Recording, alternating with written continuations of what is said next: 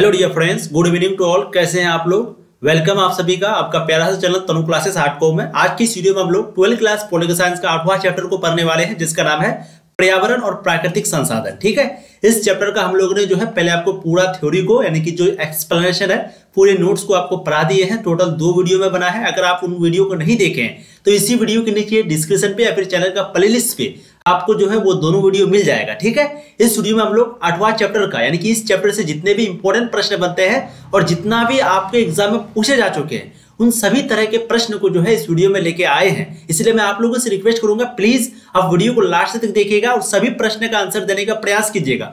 जो भी नहीं बनेगा उसको प्लीज स्क्रीनशॉट लीजिएगा या फिर नोट कीजिएगा, तभी जो है ये वीडियो देखने का आपको फायदा होगा। ठीक है, तो चलिए शुरू करते हैं। पहला प्रश्न देखिए आपके समक्ष आपके स्क्रीन पर।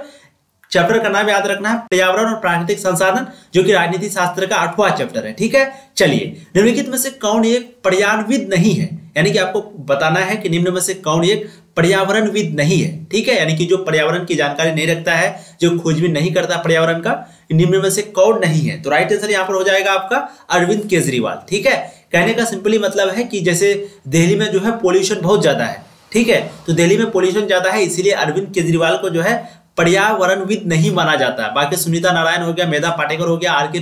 पचौड़ी, ये आपका चौधरी है ना, तो ये तीनों जो है वो क्या है, पर्यावरणविद है। लेकिन अरविंद केजरीवाल जो है वो पर्यावरणविद नहीं है। राइट आंसर आपका ऑप्शन डी हो जाएगा। अब अगला प्रश्न है क्वेश्चन नंबर 2। 1987 में हुए मॉन्ट्रियल समझौता में मुख्य परिणाम क्या आया, बताइएगा। जो मॉन्ट्रियल समझौता हुआ था वो कब हुआ था? 1987 में हुआ था। इसमें जो परिणाम है वो क्या हुआ था? तो इसका जो परिणाम है वो हुआ था वर्ष 2000 तक सीएफसी पर पूर्ण जो है प्रतिबंध। इस पर मुख्य परिणाम यही आया था कि 2000 तक यानी कि वर्ष 2000 तक जो सीएफसी है यानी कि क्लोरोफ्लोरोकार्बन है उस पर पूर्ण रूप से प्रतिबंध हो जाए। यही परिणाम आया था मॉन्ट्रियल समझौता में। कब? 1987 में। तो राइट आंसर क्या हो जाएगा आपका? Option A. अब अगला प्रश्न है क्वेश्चन नंबर 3। पर्यावरण सुरक्षा से संबंधित पृथ्वी सम्मेलन जो है वो कब हुआ था? बहुत ही इंपॉर्टेंट प्रश्न है। पृथ्वी सम्मेलन का दूसरा नाम है रियो सम्मेलन। ध्यान रखिएगा, ये कहां पर हुआ था? ब्राजील में हुआ था, है ना। ब्राजील में रियो डी जेनेरियो नामक एक जगह था, वहीं पे ये सम्मेलन हुआ था जिसका नाम पड़ा पृथ्वी सम्मेलन। ये कब हुआ था पूछा जा रहा है, तो ये हुआ था 1992 में। ध्यान रखिएगा, पर्यावरण सुरक्षा से संबंधित जो पृथ्वी सम्मेलन है वो हुआ था 1992 में। राइट आंसर आपका ऑप्शन सी हो जाएगा। बहुत बढ़िया। अब अगला प्रश्न है क्वेश्चन 4। क्योटो प्रोटोकॉल 1997 का जो संबंध है निम्नलिखित में से किससे है? 4 का राइट आंसर हो जाएगा पर्यावरण संरक्षण से। ध्यान रखिएगा, क्योटो प्रोटोकॉल 1997 का जो संबंध है वो है पर्यावरण संरक्षण से। राइट आंसर आपका ऑप्शन सी हो जाएगा। अब अगला प्रश्न है क्वेश्चन नंबर 5। निम्नलिखित में से किसको बढ़ने पर वैज्ञानिकों ने अनुमान लगाया कि 50 वर्षों में वनस्पति और प्राणी जगत की हजारों प्रजाति जो है वो लुप्त हो जाएंगे। यानी कि सिंपली आपको कहना है कि किसके बढ़ने पर वैज्ञानिक जो है ये अनुमान लगाया है, ऐसा अनुमान लगाया है कि 50 वर्षों में जो है वनस्पति और प्राणी जगत की जो है हजारों प्रजाति वो क्या हो जाएंगे? खत्म हो जाएंगे, लुप्त हो जाएंगे, यानी कि पूरी तरीके से खत्म हो जाएंगे। तो बताइए किस पर राइट आंसर हो जाएगा? वायुमंडलीय तापमान बढ़ने से। ठीक है, यानी कि ग्लोबल वार्मिंग, वायुमंडलीय तापमान बढ़ने से क्या हो जाएगा? वैज्ञानिकों ने ऐसा अनुमान लगाया है कि अगर वायुमंडलीय तापमान बढ़ेगा तो अगले 50 वर्षों में और वनस्पति हो गया और प्राणी जगत के बहुत सारे ऐसे प्रजाति हैं जो कि खत्म हो जाएंगे, लुप्त हो जाएंगे। राइट आंसर आपका ऑप्शन बी हो जाएगा 5 का। अगला प्रश्न है क्वेश्चन नंबर 6। ओजोन परत पृथ्वी के धरातल से कितनी ऊंचाई तक पाया जाता है, बताइएगा। ओजोन परत जो है वो पृथ्वी के धरातल से कितनी ऊंचाई तक पाया जाता है? तो 10 से 50 किलोमीटर तक पाया जाता है ना। तो राइट आंसर क्या हो जाएगा? Option B. ध्यान रखिएगा, ओजोन परत, ओजोन का सूत्र है O3। ठीक है, और ये जो है पृथ्वी के 10 से 50 किलोमीटर ऊंचाई तक पाया जाता है धरातल से यानी कि जमीन से। तो राइट आंसर क्या हो जाएगा? Option B. ठीक है, अब अगला प्रश्न है क्वेश्चन नंबर 7। ओजोन परत का नुकसान निम्नलिखित में से किस गैस के ज्यादा उत्सर्जन से हो रहा है? सिंपली आपको बताना है कि ओजोन परत का जो नुकसान हो रहा है तो कौन सा ऐसा गैस है जिसके ज्यादा निकलने से वो ओजोन परत जो है वो खत्म हो रहा है, जगह जगह छेद हो रहा है। और आप सबको पता ही है, अगर ओजोन परत में छेद, क्योंकि ये पृथ्वी है और पृथ्वी के चारों तरफ क्या है? ओजोन परत है। अगर ये ओजोन परत में कहीं कहीं छेद होने लगा तो इससे क्या होगा? जो सूर्य से आने वाली जो प्रकाश की किरणें हैं उसमें एक ऐसा किरण होता है, ठीक है, पराबैंगनी किरण, जो कि अगर इस छेद, ये ओजोन परत जो है उस किरण को रोकता है। अब ये ओजोन परत अगर छेद हो जाएगा तो ये किरण डायरेक्ट आ जाएगा पृथ्वी पर, और पृथ्वी पर हम लोग रहते हैं तो हम लोगों का बदन पर पड़ेगा और हम लोगों को स्किन कैंसर हो सकता है। ठीक है, चमड़ा का कैंसर जिसको बोलते हैं। तो ये बहुत बड़ा नुकसान वाला चीज है ओजोन परत खास करके। ठीक है, तो आपको यहाँ पर बताना है कि ऐसा कौन सा गैस है जिसके कारण ओजोन परत को नुकसान किया जा रहा है। बिल्कुल 7 का राइट आंसर हो जाएगा। ध्यान रखिएगा, बहुत ही इंपॉर्टेंट है, ठीक है, क्लोरीन गैस है ना, ऑप्शन आपका बी बिल्कुल सही हो जाएगा। यही गैस के कारण ज्यादा उत्सर्जन के कारण, इस गैस से ज्यादा उत्सर्जन होता है इस गैस का जब, तो ओजोन परत का नुकसान जो है वो ज्यादा होता है। बाकी ये सभी गैस भी रीजन है, लेकिन क्लोरीन गैस जो है वो ज्यादा है। अगला प्रश्न है, ओजोन परत के नुकसान से मानव को निम्नलिखित में किस प्रकार के रोग हो सकते हैं? तो मानव को बिल्कुल त्वचा कैंसर रोग, अभी हमने बताया स्किन कैंसर है ना, त्वचा कैंसर रोग, इसी प्रकार के रोग जो है होता है अगर ओजोन परत का नुकसान हो जाए तो। और क्यों होता है तो मैंने आपको बता दिया, जगह जगह छेद होने पर प्रकाश की किरण है वो आसानी से पार हो जाएगा और फिर हम लोगों का स्क्रीन पर पड़ेगा। अब अगला प्रश्न है, क्योटो प्रोटोकॉल पर भारत जो है वो कब हस्ताक्षर किया था? बिल्कुल ध्यान रखिएगा 2002 में, ठीक है। तो क्योटो प्रोटोकॉल पर भारत जो है वो 2002 में हस्ताक्षर किया था। राइट आंसर आपका ऑप्शन सी हो जाएगा 9 नंबर का। अगला प्रश्न है, प्रथम विश्व जलवायु सम्मेलन कहाँ हुआ था? बहुत ही इंपॉर्टेंट प्रश्न है, बताइएगा। प्रथम विश्व जलवायु सम्मेलन जो है वो कहां पर हुआ था? जेनेवा में, वियना में, मॉन्ट्रियल में, क्योटो में।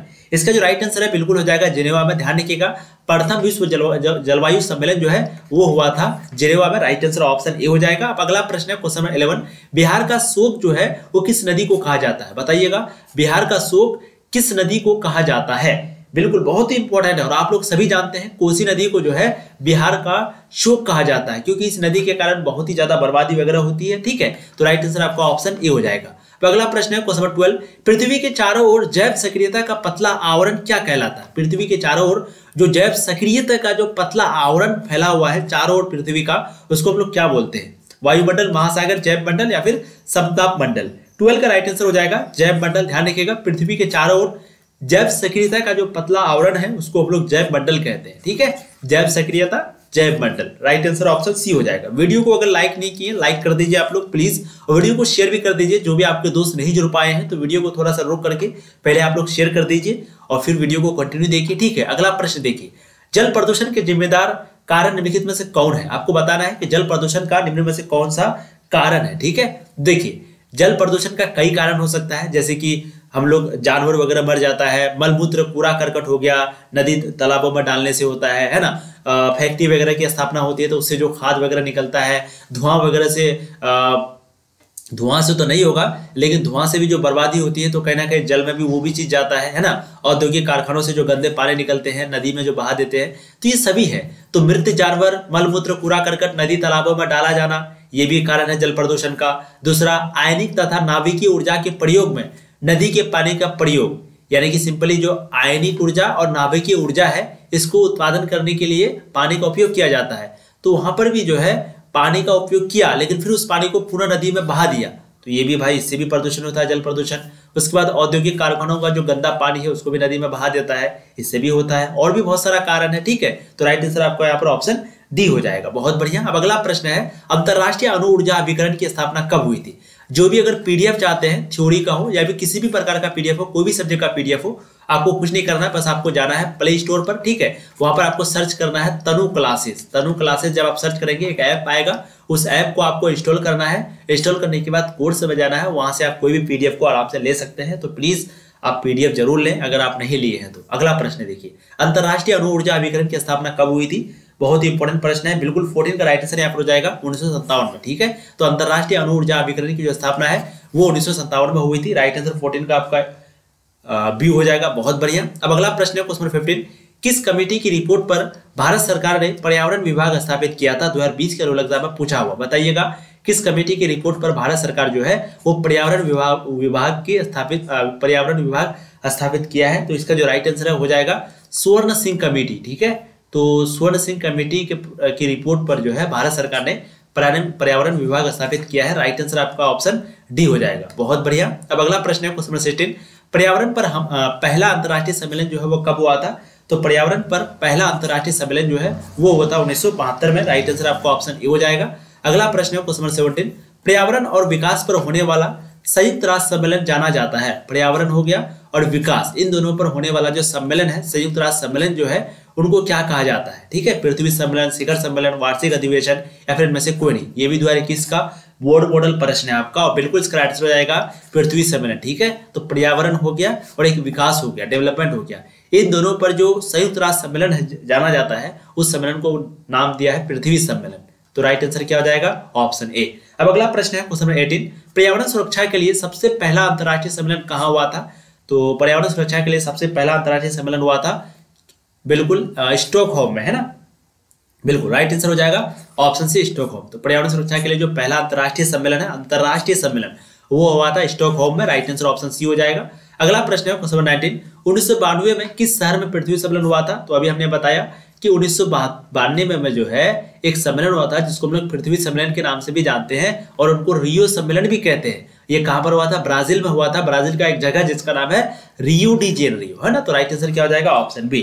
तो 1992 में रियो डी जेनेरियो नामक एक जगह है, शहर है जो कि ब्राजील में है और वहीं पे पृथ्वी सम्मेलन हुआ था। ठीक है, तो राइट आंसर आपका ऑप्शन बी हो जाएगा। ये भी आपको कई बार पूछा गया है। ठीक है, चलिए, तो इस वीडियो में हम लोगों ने टोटल 19 प्रश्नों को ही किया। ये सभी प्रश्न इस चैप्टर से सभी आपका चुना हुआ प्रश्न है, बहुत ही इंपॉर्टेंट है और सभी प्रश्न जो भी पूछेगा तो इसी से पूछेगा, कोई भी घबराने वाली बात नहीं है। जो भी नहीं बना होगा उसको एक दो बार देख लीजिएगा और प्लीज वीडियो को लाइक, चैनल को सब्सक्राइब, अगर पहली बार आए हैं तो सब्सक्राइब कर लीजिए। पूरी तरीके से तैयारी की जाती है और साथ में वीडियो को एक बार शेयर भी कर दीजिएगा। पीडीएफ के लिए प्ले स्टोर पे ऐप को इंस्टॉल कर लीजिएगा। ठीक है, थैंक यू सो मच। ऐसी पढ़ाई करते रहिए। All the very best.